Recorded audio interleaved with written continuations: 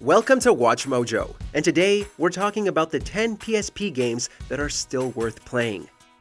PSP was a solid start to a career in handheld gaming for Sony. Plenty of excellent titles made their debuts on the platform, and these are the ones that still hold up today. What was your favorite PSP title? Share with us in the comments below. LocoRoco.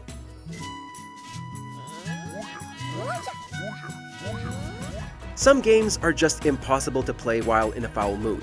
LocoRoco sees players tilting the world with the L and R buttons in order to guide an adorable blob to the end of a course. Really, it's a simple platformer, but it's one filled with an incredibly charming personality.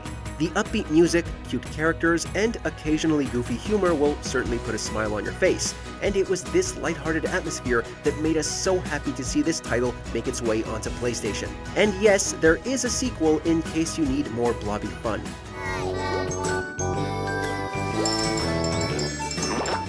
Ratchet Clank: Size Matters.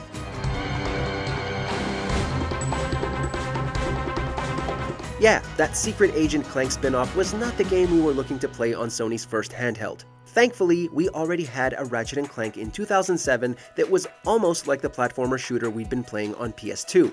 Admittedly, it does suffer from lack of dual analog sticks and might make things frustrating for some players. However, Size Matters was good enough in replicating the main game's formula while delivering a solid bite-sized experience with weapons new and old.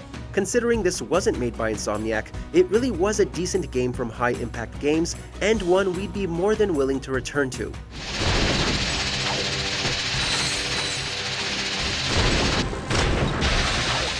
Patapon.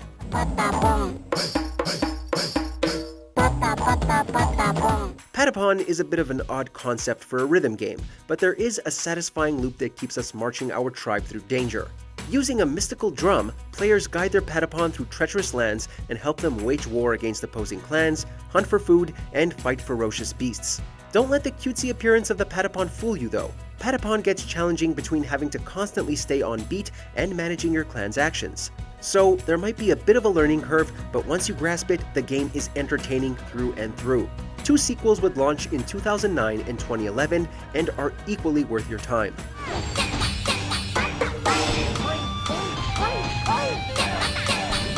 Luminous Puzzle Fusion.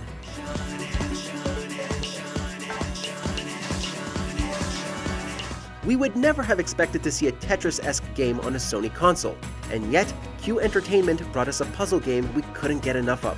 Whereas Tetris wants you to clear lines, Luminous wants you to create squares out of blocks with similar colors. Trust us, it's way harder than it sounds. In addition to the challenging gameplay, Luminous boasted excellent sound design, from its arcade-like sound effects to the invigorating music. The game became such a hit that sequels are still churning out for it to this day, and you can play a remaster of the original on PS4, Xbox One, and Switch.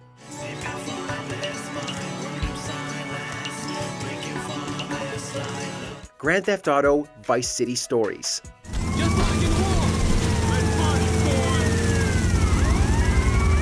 It's hard to imagine a GTA game on a handheld, especially given how big the franchise has become since the 4th main game.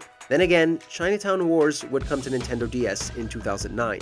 Of the few we've gotten to play, Vice City Stories was arguably the better of the handheld GTA titles. There's just something about Vice City's layout that we enjoyed more, and the goal of having to build your own criminal empire was an awesome concept. It was also great revisiting the multiplayer mode introduced in Liberty City Stories. With a unique spin on the GTA formula that would shape future titles, Vice City Stories is just too good to pass up.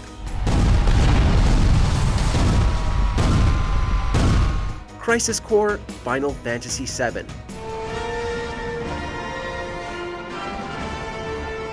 The Final Fantasy franchise holds a massive library of wondrous stories, and of them all, Final Fantasy VII is the one we still can't get enough of. So, being able to go back to the world of Midgar and learn more about Zack Fair was enough reason to grab Crisis Core. What we got was an incredible action RPG with a captivating origin story, an engaging combat system, and music as rich as any other Final Fantasy composition. If you didn't get to experience this on PSP, don't fret. The game's plot will eventually be featured in the mobile compilation game Final Fantasy VII: Ever Crisis. Damn it. You're not the only hero. It's over. Metal Gear Solid: Peacewalker.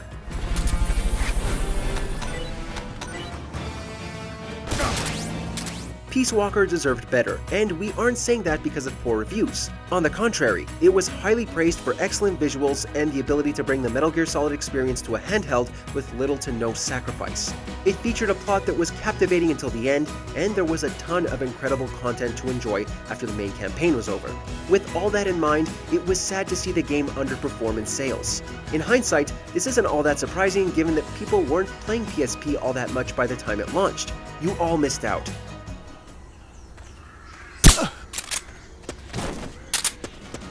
Shin Megami Tensei Persona 3 Portable.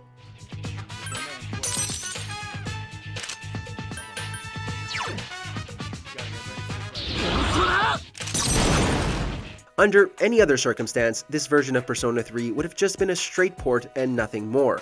But this is Atlus we're talking about, a studio that, time and again, has gone above and beyond even when it didn't have to, which is why Persona 3 Portable was so awesome. Having adapted certain parts from Persona 4's combat system and giving players a choice between genders, it was almost like playing a brand new installment. Sure, it was a tad pricier than most PSP games, but you were getting way more bang for your buck and a fantastic story you wouldn't forget.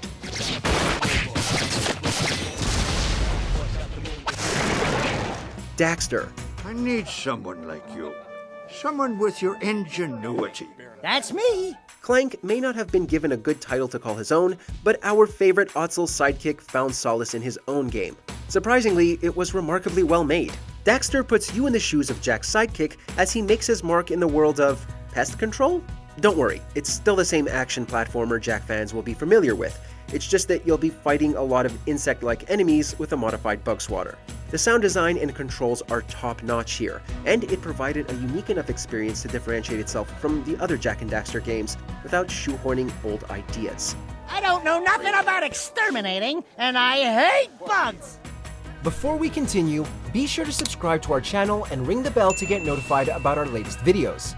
You have the option to be notified for occasional videos or all of them. If you're on your phone, make sure to go into your settings and switch on notifications. God of War Chains of Olympus.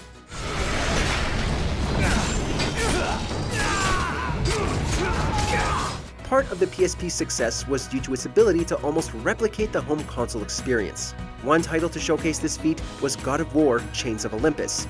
Albeit shorter than its home console predecessors, Chains of Olympus managed to bring the same level of visual fidelity and the same gameplay we've come to know and love. Honestly, it's still amazing how the PSP can handle the chaotic action with little to no struggle. Simply put, this is a God of War every fan ought to play, and the same can be said about Ghost of Sparta.